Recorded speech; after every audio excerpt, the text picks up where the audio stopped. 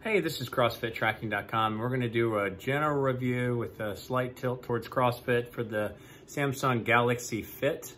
It's their most affordable sort of basic fitness tracker. And there's a few things that I like and a few things that I don't like. So we'll go through the just general review. The first and foremost, it's got an excellent screen. It's got an AMOLED screen with a lot of pixel resolution for a tiny device. So if you compare it to others on the market today, you have the Charge 3 from Fitbit, you have the Vivo Smart 4 from Garmin, which tracks different things.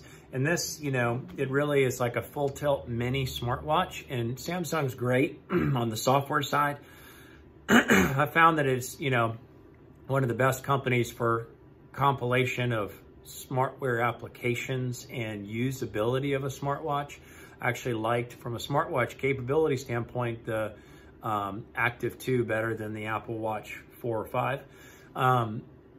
But it's not great as a workout buddy, a workout tracking mechanism. So it's really unfortunate that they didn't quite get that part right, because they got all the smartwatch applications, in my opinion, the best they could be. So in this tiny little device, you have a great screen. It's got very reasonable battery life, about 5 days, maybe 3 to 4, depending on the workouts. You actually have widget control, and I'll show you in a hands-on video at the end of this sort of overview. So you got widgets, you can track hydration, you can see your steps, you can see your stress. Another thing that's great about it has lots of different stats you're tracking through a small device. You can see your sleep in the device itself without having just to go to an app. It has reminders to move and things like that. It's easy to control and see the settings. So by swiping down, you can see the settings, as well as, when you get notifications, and that's one of the issues I'll touch on. The notifications are pretty. I mean, it's got a big color screen. The band is okay. The problem is that when I go to do a workout, I want to tighten the band so that the heart rate sensor is tracking as clearly as possible. And this band is just problematic for making a minor adjustment to the size. It feels fine. It snaps in place fine. I didn't have any issues with that, but the band is just okay. It's a little bit problematic when you're changing the how tight you want it. And the heart rate is just fair.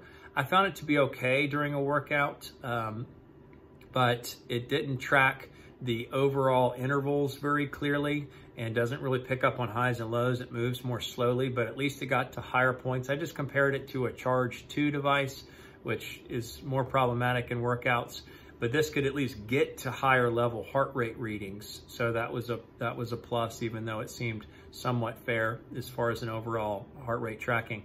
The cons on it, I had issues with notifications. They just wouldn't come, and they still don't always come. I'd say the majority of the time, the notifications aren't coming from the watch to the band. The sleep tracking I found to be very poor. I don't know what the problem is, because I feel like it did an okay job tracking my heart rate during a workout. So something must be off in how it's either tracking or reading the heart rate. The last 2 nights I had 2 blocks of time instead of 1 continuous time with a big gap in the middle. And I'll post this when I set up the web page on the CrossFitTracking.com site itself. But, and then even when it caught the full night's sleep, I just feel like it wasn't accurate on the deep sleep. It would just get very minimal deep sleep reading. It always said that I was not getting enough sleep. And that may be true, but the analytics I didn't trust. And I think it has stair tracking, but it never really tracked any stairs. And then as far as a workout evaluation, when you go into a workout afterwards and you want to look at your heart rate over time, it's just frustrating, because I feel like it's doing an okay job tracking workouts, tracking heart rate during the workout, but it's just this big smooth line. You can't see any details, and I had a hard time. I couldn't figure out how to upload this particular Samsung watch or band to Strava or something that might give a little more detailed heart rate graph. But it just had this like smooth line graph, which I just didn't like, because it didn't seem accurate. But as far as a CrossFit evaluation, I would just say it's just not at all worth it for, using it for tracking CrossFit workouts.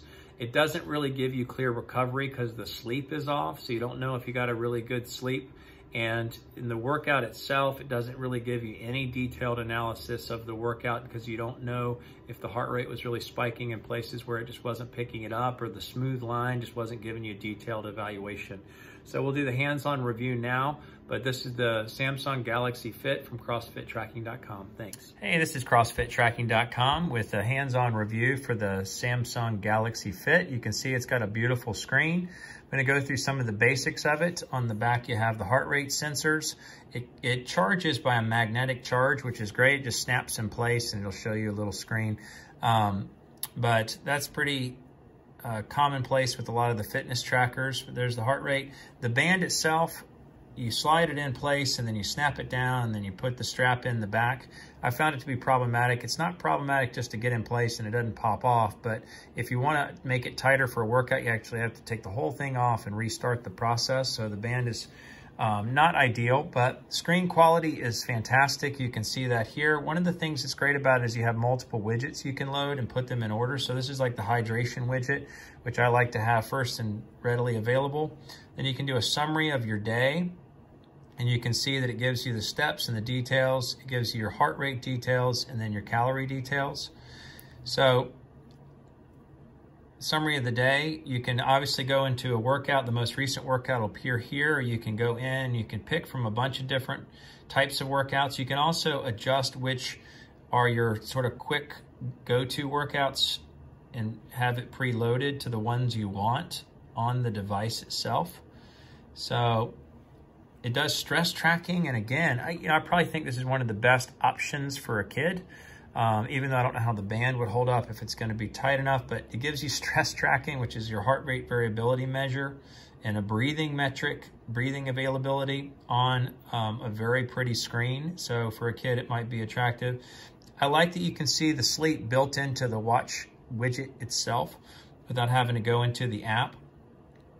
Here you can see part of the problem I mentioned in the overview video, that it broke my night up into two blocks of about 2 hours, a little over 2 hours each, when I really slept for about 6.5 hours. So it missed a whole 2 hour block of time.